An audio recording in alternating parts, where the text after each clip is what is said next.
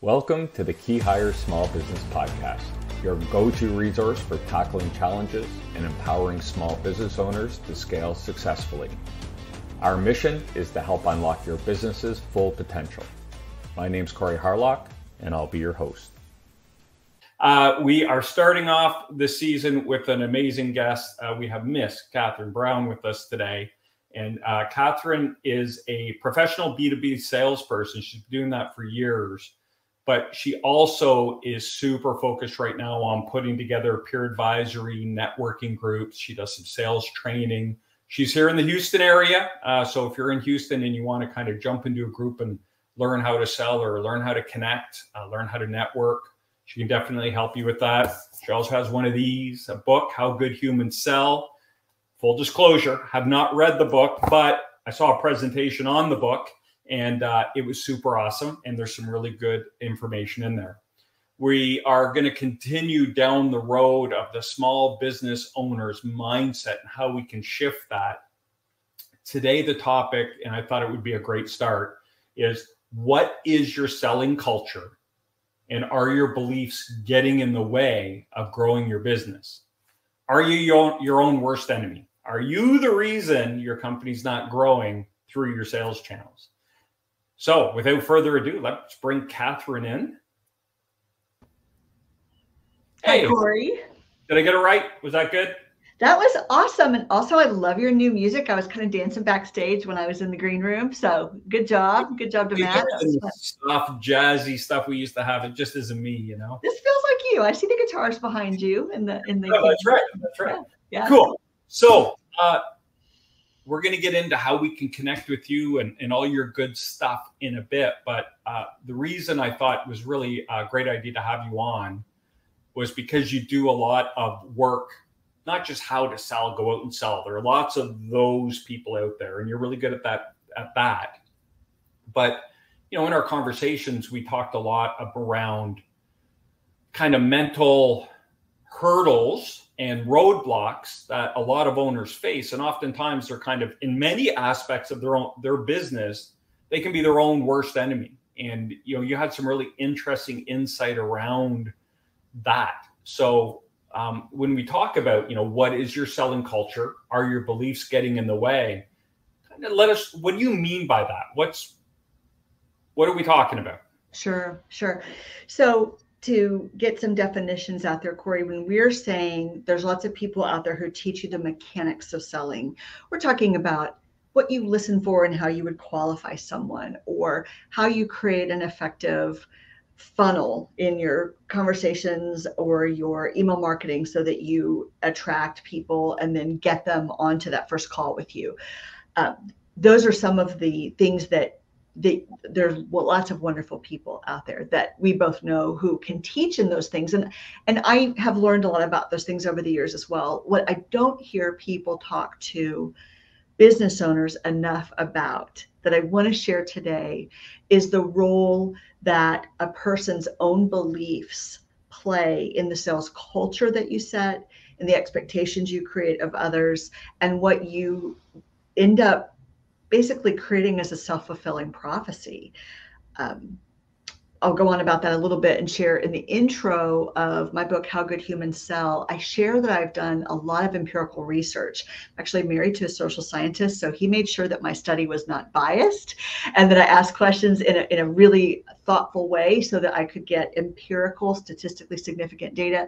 And what I set out to test and what I have shown is that even people who identify as full-time professional sellers deep down believe that sales is a dishonorable and kind of embarrassing profession. Is that like the CC used car salesman kind of? Exactly. And I know, Corey, that we hear that. And so people might think, no, not me, but I'm telling you, there's such a small percent of people. Yes, me. I mean, there's such a small percent of people who really actually deep down believe that sales is really helping someone, and that the definition of sales equals helping or equals care or equals genuine, sincere offer that you're free to take or not take, instead of coercion, manipulation, pitching, overly persuading. Those fundamental definitions set the groundwork for the kind of sales culture we build, the people we hire, and even what we expect of the people that we hire. So I love that. That resonates with me because people always say to me, Corey, you must be great at sales. I'm like, I suck because I have a hard time getting over that hurdle myself. But when we think of an organization of 20, 30, 50 people, and you have this owner who's oftentimes the best salesperson, and then as they scale, it doesn't make sense for them to be doing sales. So we go out and we bring in a sales manager or a director of sales or a VP of sales, call it whatever you want. The owner has built the foundation and the culture around selling. Then you bring in a professional, right? And that owner may or may not be a professional salesperson.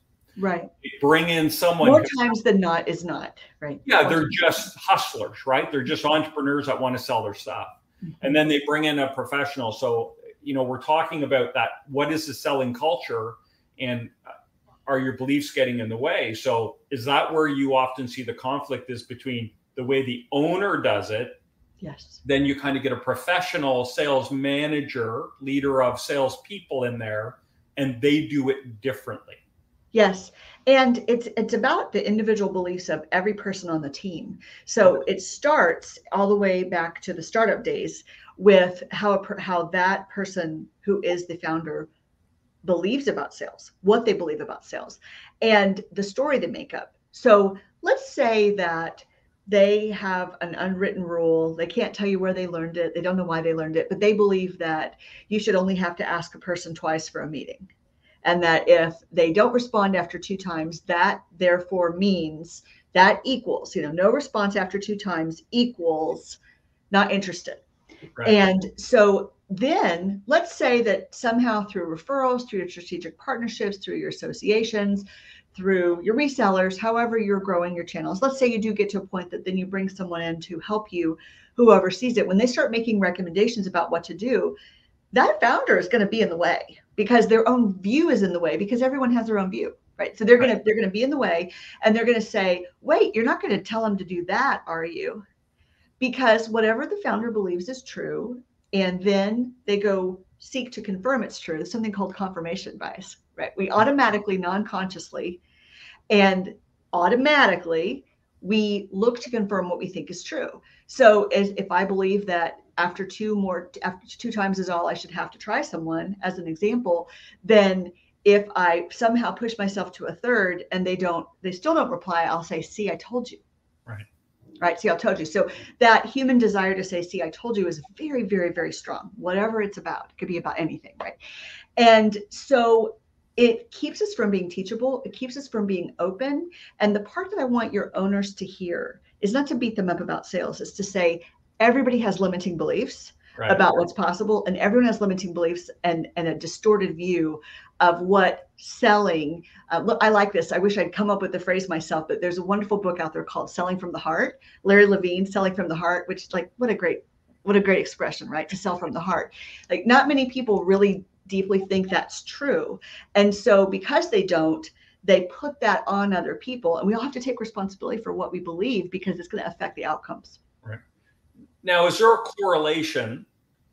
I'm making a leap here. Maybe you've experienced it or not, but owners, because they own the company, they are, well, I guess they can come from any angle, but you would think they are more apt to come from you need my product because it's the best. It's the right solution, right? But they also have that weight of being the owner of the company.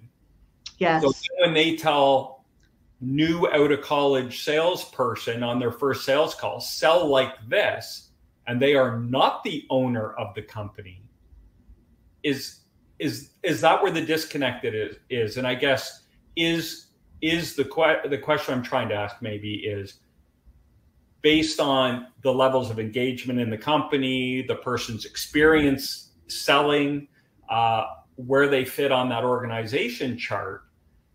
Should everyone be selling the same?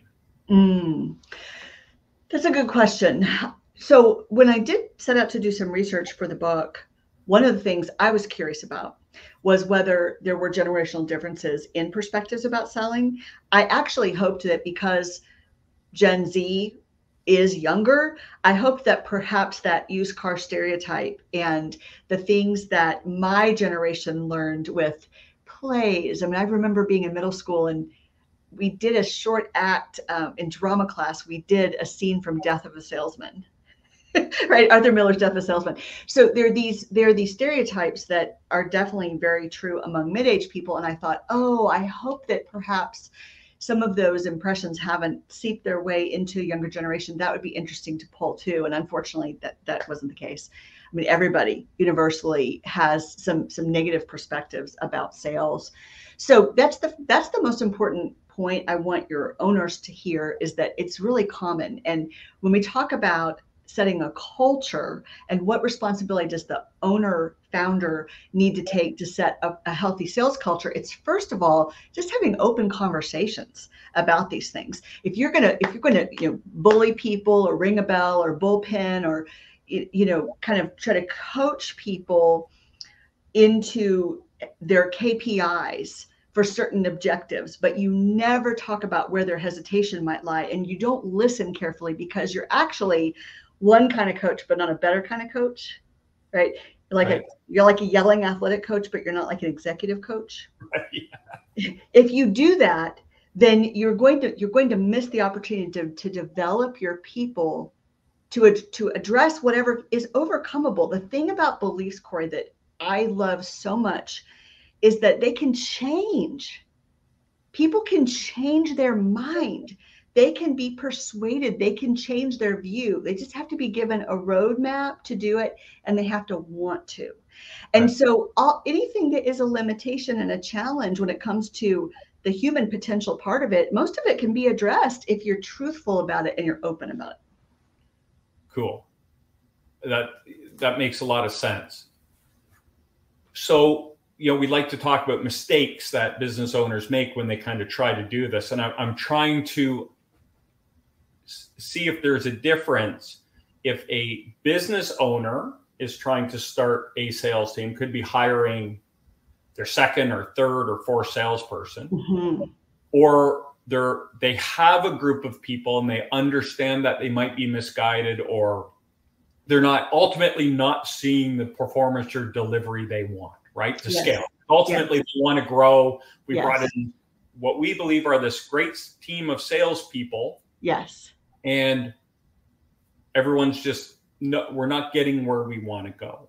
What are the reasons? What are the mistakes? I guess let's talk about, we have a team that's underperforming. Yes. What are the mistakes then? And you've touched on a few of them, but what are the mistakes a business owner can make when we believe we have good people? We think we have the right people in the right seats. Yes, and we probably think that because we haven't put anything measurable in place to know otherwise. Yes, and we don't know what we don't know, right? We've never done this before. We're learning. Yeah. But we haven't given them what they need to really hit their stride. So what are the mistakes, the kind of common mistakes a business owner might make when they're trying to align? I guess if we want to get back to beliefs, what are those limiting beliefs, and what are the mistakes they make based on what they know and what they want to see from their team? Maybe that's the right way to approach it. Sure.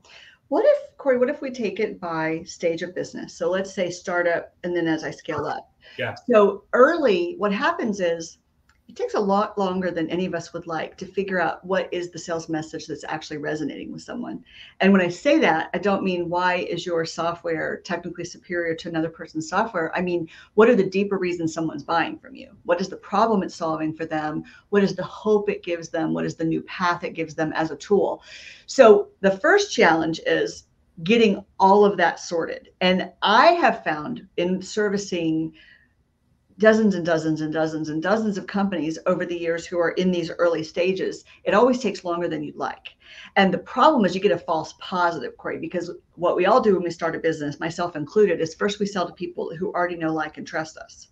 So it's smart to start with your inner circle, but the problem is that isn't really helping you validate what a stranger who has no relationship stakes in this, really thinks of what you're selling. So it takes a while to sell out in those concentric circles, to keep practicing your messaging, to keep practicing your value proposition, to find out what's really resonating. So first, it takes longer than you'd like. Second, you still have an advantage because you're the owner. You still have an advantage. And so then you have to begin to document your processes and think about what that buyer's journey is going to look like for someone else to take someone through. So an early mistake is literally, forgetting the power that you have as the owner founder and the advantage that you have. The second is, you see that one a lot, right? Right. You see that one a lot. Like, just do it like this. Why? This isn't hard, right? Sure. Yeah. Sure. I was consulting, as an example to that point. I was consulting to a technical,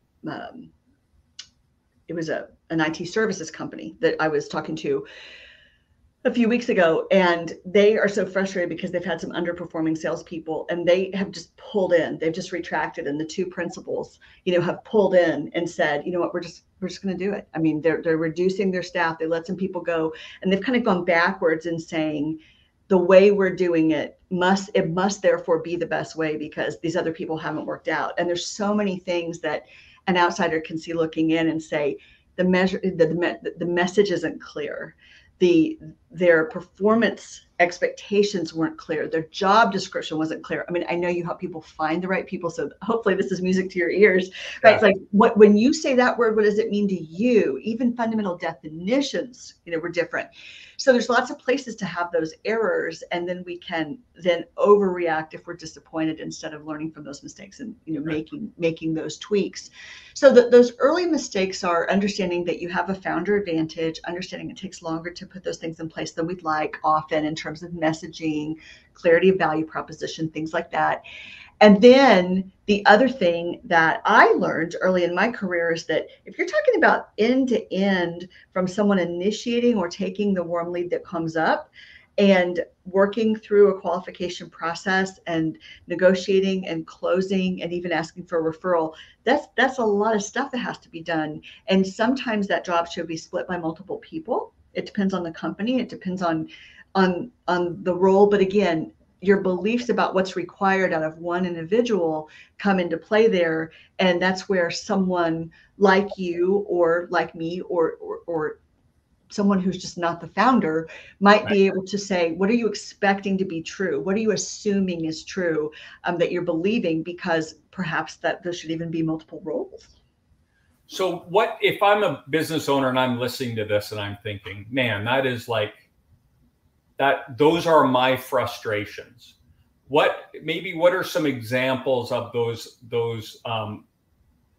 the belief system that a business owner would have? Because I think you and I both kind of work with business owners when they get to that point where in the Greener's model curve, it's called the crisis of management, right? But it's where the business kind of outgrows the skills, ability, capacity of the people in it.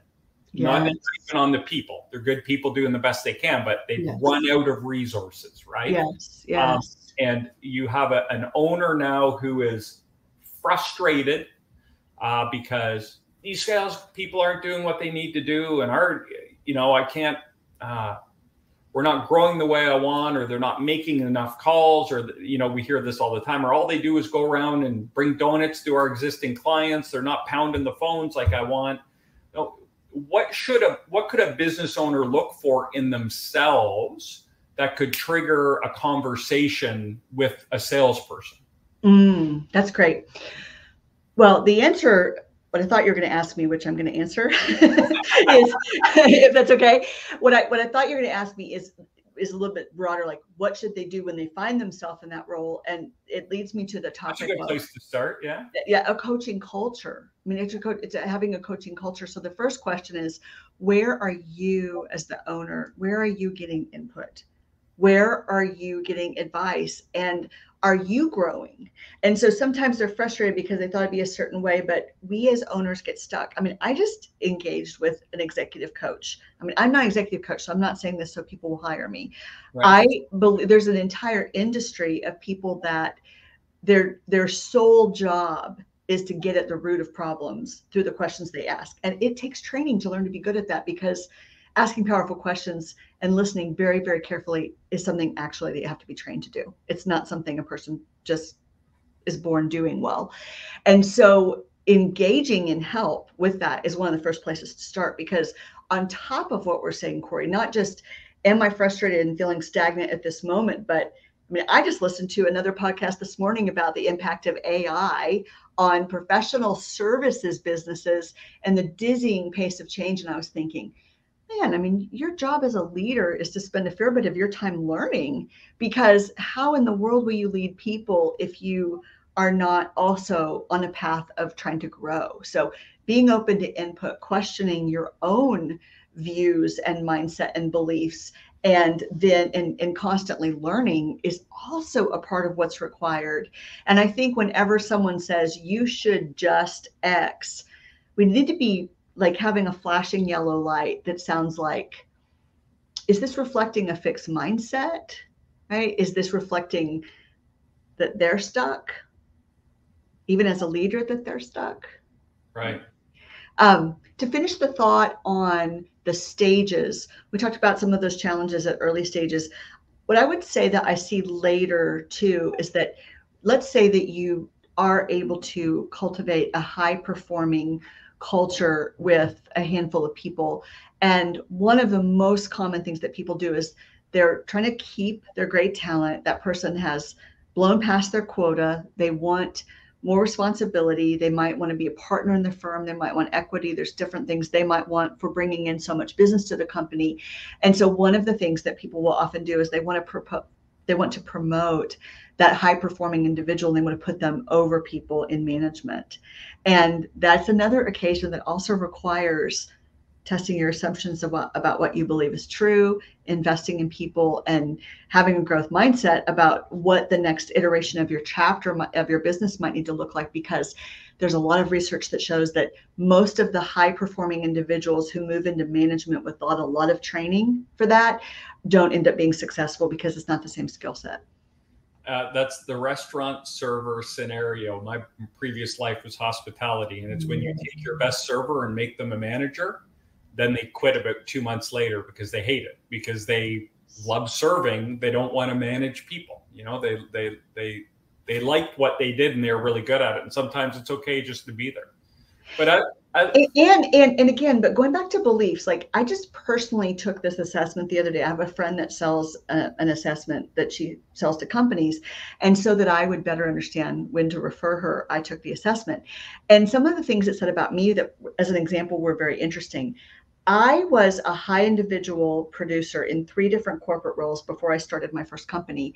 And I was not a manager over people before I decided to strike out on my own. Right. And that entrepreneurial independence that was represented in my individual high performing and contribution right. to those corporations then, you know, manifested itself in different stages in my life. But I know enough about myself now to say that I would have been exactly that wrong kind of person to move into management in corporate structure. In a corporate structure, because I even struggle about it as an entrepreneur. Like I still like managing people. I think that part is difficult. And so have I gotten better at it? Sure, but it's not easy for me. And what this assessment said is it was saying, if you're a manager managing Catherine, she needs a lot of freedom to get things done in the way that she sees. It's not the way that she sees fit. It's not that I'm reluctant to be held with a quota or to be held accountable or anything like that. That's not true at all. It's just that when you know me, you know that giving me the principle and then saying, go figure it out and make it happen is the way to get it done, and not every jot and tittle about telling me the way it has to be done. Hey, it's Corey. And if you like what you're hearing, give this episode a thumbs up and subscribe or follow to get reminders of new episodes of the KeyHire Small Business Podcast. So as you're thinking this, I just keep having the same thought. Like if you're going to build a sales team, I'll give 2 examples. Obviously, there's a million different ways to do it in the end. You can try to find similarly minded people and create a process and manage that process. Or you can hire a bunch of goal-oriented people, manage the result and do not manage how they get to the number. Let them, like you, go do their thing. Cat box method, right? As long as they're pooping in the cat box, they're not getting in trouble, right? So they got wide lanes, but you're not. And as a business owner, that's that belief system has to be, I trust my business people. And if they hit their numbers, they're doing the right thing. Yes. As long as they're staying within the lines. Yes. One of the things I appreciate, Corey, is that you'll see a lot of executive MBA programs. I've seen the National Business Development Association do this. You're starting to see more and more people offering training on things that they'll call programs like Leader as Coach, right? Or getting the best out of people, things like that. What they're all leaning toward now, which thank God, because I think it's just so important for the development of the people in your organization and for them to want to stay.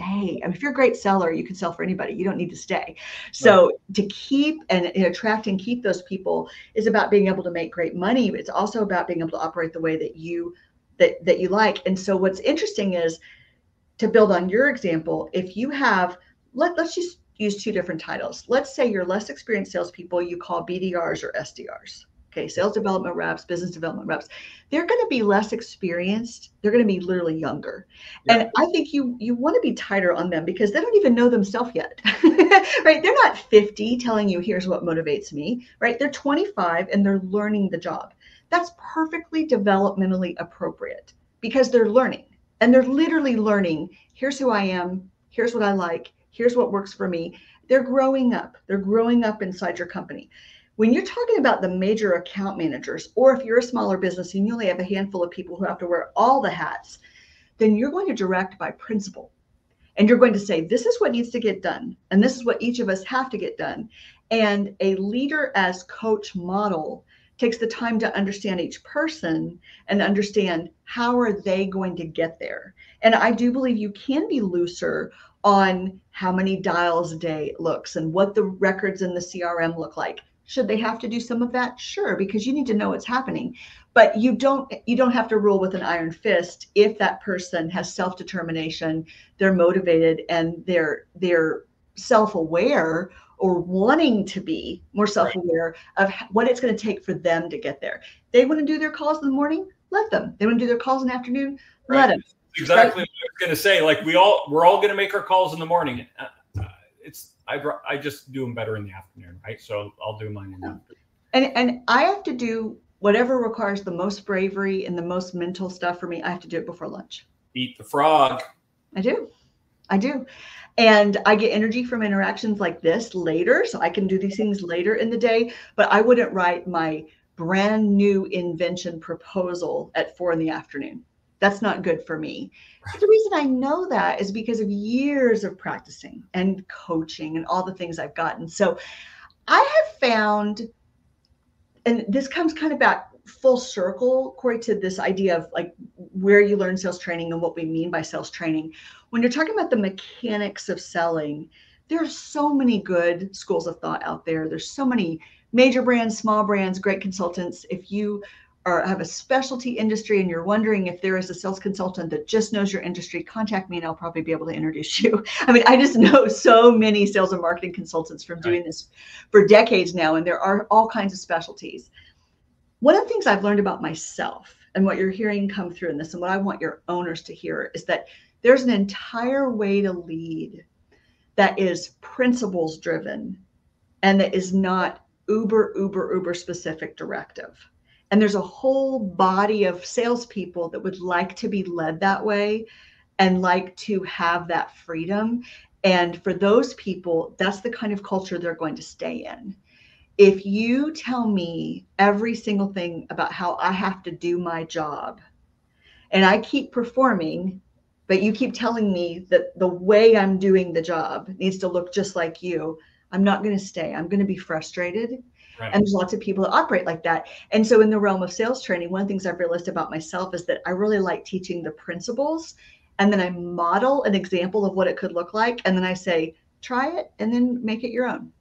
And I really mean that, because if you don't love the script you put together, if you don't love the template you put together, if you don't feel great about the brand message that you're saying, you're not going to do it.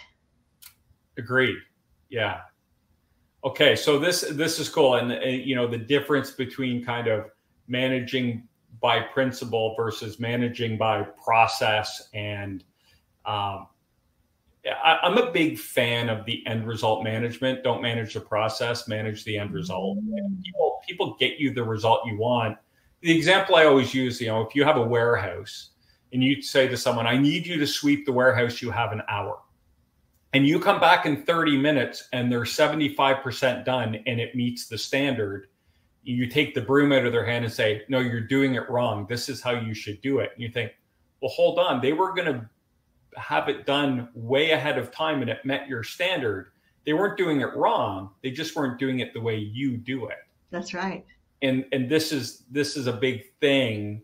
I think a lot of business owners, because I mean, they've been driving the boat for a long time and they've gotten to the level of success they have because they did it the way they did it. Well, I'll give you another example, Corey. For years, for over 15 years, I had a cold calling company. And so, I mean, I started this in 2002. And so this is when you could do emails, you could mail postcards, or you could call people on their landline and you would leave voicemails. And so those were the three ways you would do outreach. And so people would pay me to staff contract sellers at other companies. And those people would be trained to sound like and be contractors to those clients and help get meetings for them. It was a very common practice that we would stack the team with, these are well-known professional cold callers who worked through me, and we would purposely stack the team because there was so much to learn about the messaging, the market reception to this person's message. These were often fairly early stage companies where we're still figuring out, simultaneous with setting the meetings, we're figuring out what's the value proposition, like what are people really responding to here. So we would stack the team. We would say, here's the goal. We want to book as many qualified meetings as we can. This is your financial incentive to do that, team. And here's some resources we're giving you in terms of scripts and FAQs and things like that.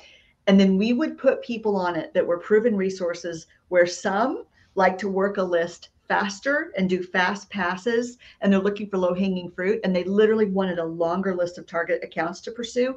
And some worked slower and they were more deliberate, and they literally only wanted to be assigned 30 companies at a time.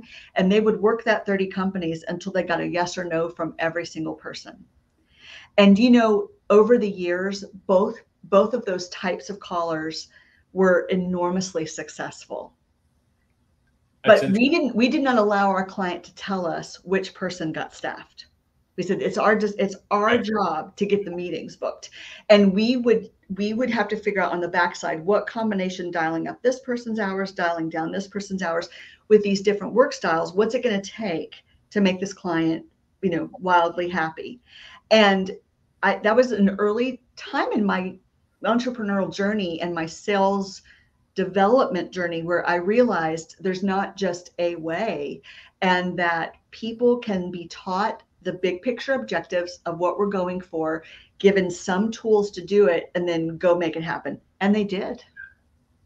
It's interesting. I love stuff like that, because it's both are right. If you're doing both, there's no wrong way if you're putting the right person. Yeah, both and. Exactly. So okay. I think what I want your owners to look at is, I want them to just examine their own assumptions. What do I think just has to be this way? Wherever we use the word just has to be this way. What is that? You're leading me into my final question. So I'm a business owner. I'm watching this. I'm thinking, man, that's me. I'm getting in my own way. I'm getting in the way of my people performing the way I want. You know, if I get a little dust floating around here, if I could limit my beliefs and kind of just manage by principle, I think I could get more out of my people. So other than calling you and reading your book, what is an initial first or second step a business owner could take to start moving in that direction? Oh, that's a great question.